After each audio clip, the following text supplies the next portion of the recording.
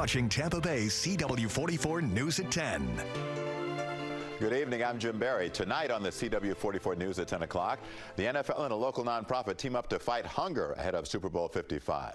Also tonight, we're learning more about what fans can expect at the big game. Details on the halftime show. Plus, a Georgia Congresswoman is at the center of a rift in the GOP, the debate in Congress. Those stories coming up. But first, let's check with meteorologist Dave Warren with the first look at our forecast, including maybe some talk about what's happening on Super Bowl Sunday. Dave. Yes, well, I can say it will not be nearly as cold on Sunday as it was this morning. Temperatures down to the 40s, pretty much frost everywhere. We will not see a repeat of that again tonight. A high temperature today, 66 degrees. We will be getting a little warmer here over the next few days. Right now, though, the numbers are dropping into the 40s again. Again, not quite as cool. See, Tampa still at 59 degrees, just a little warmer here along the coast. That breeze is trying to turn a bit there to the southwest, and that'll keep it a little milder along the coast. Still pretty cold inland, especially with a light breeze or no breeze at all. Calm conditions reported across many locations. Just a light breeze out of the south in St. Petersburg and Sarasota here. So it's another chilly night tonight. The numbers are dropping into the 40s in a few places close to the coast. You're into the mid-50s. Skies mostly clear. Maybe just a few clouds around this evening in a few locations, and that's what you could wake up to tomorrow morning. We will see temperatures dropping through the 50s here in Tampa. Again, inland areas will be a little colder there into the mid-40s, but by tomorrow morning, partly cloudy skies, about 52 degrees when you wake up and you step outside tomorrow. So maybe not quite as cold, no frost on surfaces like we had this morning. 50s along the coast, but there's a big area of 40s over the interior here. Not quite as cold as it was this morning, but still a little chill in the air. It'll quickly warm up with the sunshine and a light breeze. But that's what you're waking up to tomorrow morning. Throughout the day, we climb through the 50s, 60s, and even into the 70s there, so it does get a little warmer. We will see a few clouds around, maybe even a stray shower is possible. That is the trend here over the next few days. Temperatures again drop into the 60s. Satellite radar shows high pressure in control, but little activity here is just to the north. We'll watch this storm and another one which is developing along this front, which becomes stationary in the Gulf. That could be impacting our weekend. I'll look at that in detail with the complete forecast when I come back.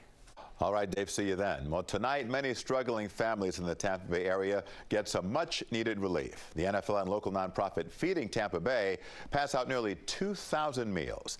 CW44's Casey Albrecht tells us how this is not only helping families, but also local businesses. Three on the way.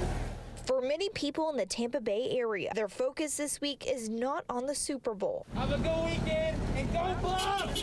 But rather on how to find their next meal. With all my health problems, I can at least know I'm going to get something to eat. This has been a year of struggle for a lot of families, and food is one thing that is a basic human right for everyone. Matt Spence works with Feeding Tampa Bay, an organization that provides free food to those in need, and says because of the pandemic, fresh meals are needed more than ever. We've seen our demand almost double. There's now well over 1 million people in the Tampa Bay area who are food insecure. Since the Super Bowl is in Tampa this year, the NFL wanted to leave behind a legacy. If this is how we can help, this is how we wanted to help. So it donated $250,000 to Feeding Tampa Bay. They like the idea that it supports local restaurants because they're the ones who prepare the meals, and it supports the community who's in need. For Dwayne Cooper, we need 5 here. Food is a luxury. I was working for a limousine company, and at the pandemic, they lost all their business mostly, and they had to let a lot of drivers go, you know. And the Super Bowl isn't just a football game. For Cooper, it brings hope. If you don't have food on the table, you can't survive, so it's better when people help out. In Pinellas County, Casey Albrecht, CW44 News at 10. And Feeding Tampa Bay plans to pass out 60,000 meals to help families over the next year. Well, as we count down to Super Bowl 55, a look now at how health experts aim to make sure that the big game does not become a super spreader event. Raymond James Stadium, which usually holds about 65,000, will be at slightly more than a third of that when the Buccaneers kick off Sunday against the Kansas City Chiefs.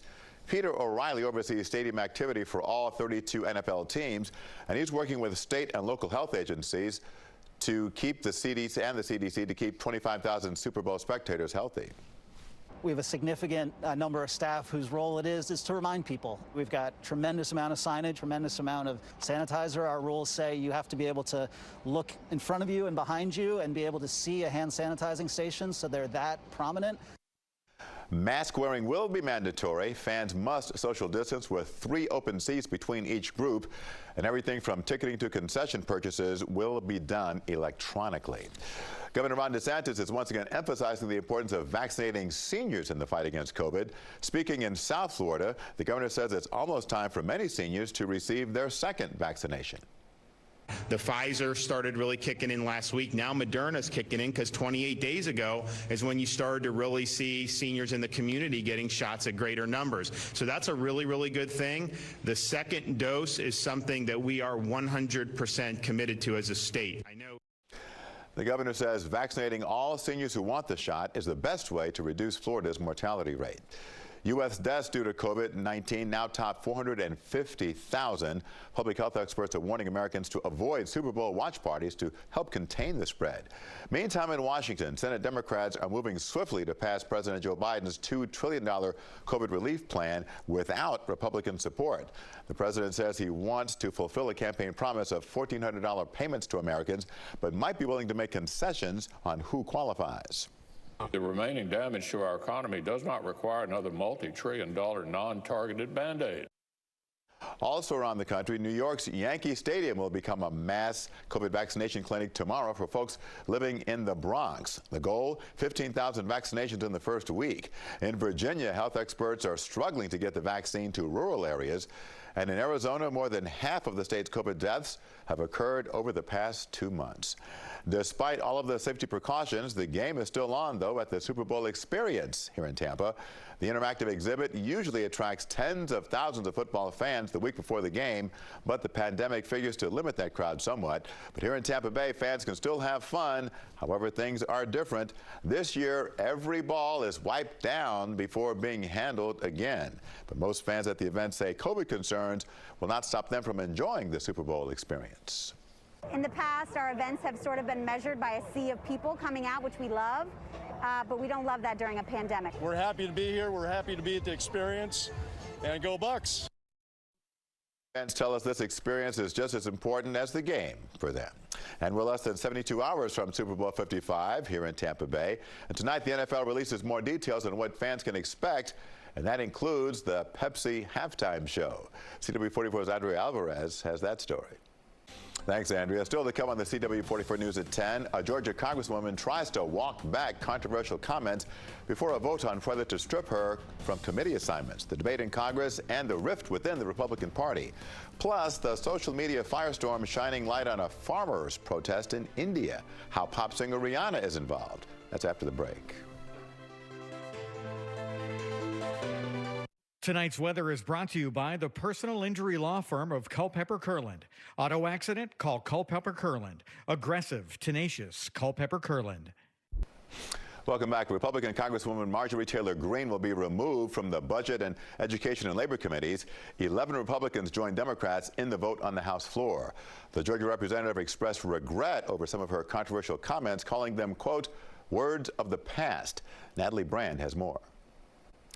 Now, sources familiar with Wednesday's closed-door House GOP caucus say that Greene did apologize to fellow Republicans for her past comments. On Twitter, the Georgia Congresswoman, though, said she will, quote, not back down, and boasted that she's raised up to $175,000 off of the move to strip her of her committee assignments. The CEO of social media service Parler says he's been fired. John Mays told Reuters he was let go by the board and did not participate in the decision. Parler is favored by far-right conservatives, particularly supporters of former President Donald Trump. The site has largely gone offline after the deadly siege at the U.S. Capitol on January 6th. And today, lawmakers hold a hearing on the threat of domestic terrorism. This comes in the wake of last month's deadly assault on the Capitol. The House Homeland Security Committee discussed what led to that siege on January 6th and what can be done going forward. A former counterterrorism expert suggested the creation of a bipartisan commission to explore updating laws and policies to address the threat. The head of the Anti-Defamation League called the insurrection the most predictable terror attack in American history. That act of domestic terrorism was a watershed moment for the white supremacist movement in this country. For them, the sight of congressmen and women cowering under tables, Confederate flags, and Nazi symbols being paraded through the building was nothing short of a victory. Homeland Security says increased safety measures like fencing and National Guard presence at the Capitol are still necessary, and Washington, D.C.'s mayor is asking that 500 National Guard personnel remain on standby through mid-March there. Well, pop singer Rihanna has triggered a social media storm after shining a light on massive farmer protests in India. Ian Lee has that story. And negotiations between farmers and government representatives have failed. Officials in India have proposed suspending the laws for 18 months, but farmers want the new laws thrown out. Well, still ahead tonight, more Chiefs fans arrive in Tampa Bay, including Kansas City's mayor. The warm welcome that he got from Tampa Mayor Jane Castor. The pandemic also pausing many Super Bowl parties this year, but for many Americans, there's still going to be plenty of eating. We break down the game plan when the CW44 News at 10 returns. American Airlines says another 13,000 employees may soon be furloughed. The company blames increased international travel restrictions for slowing demand. The airline industry got billions of dollars from coronavirus relief packages to keep workers on the payroll, but that money runs out on April 1st. A little fun at Tampa International Airport today when Tampa Mayor Jane Castor greets Quentin Lucas, who is the mayor of Kansas City. And Lucas, as you see, arrives on a plane full of Chiefs fans with gifts for Mayor Castor. So, not to be outdone, Tampa staff does not show up empty-handed. In fact, they present KC's mayor with a box of tissues to wipe his crying eyes when the Chiefs lose. Okay. Question is, will they need some rain gear for Sunday? That's the question we're going to ask meteorologist Dave Warren, who's got an extended look at our forecast. Dave, what do you think? Dave, thank you very much. Finally tonight, the Super Bowl is not just about football. It's about what you eat during the big game. The National Retail Federation says only 28% of people plan to go to a party or a bar for the game. That's a record low in the survey's history. However, an estimated 186 million Americans will still be watching. And whether it's alone or in smaller groups, Super Bowl fans could spend more than $10 billion on food and beverages. Snacking has been accelerating quite a bit throughout the pandemic.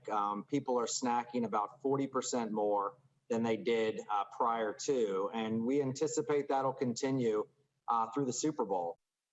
Well, no matter who wins on Sunday, it appears America's love of food will remain undefeated.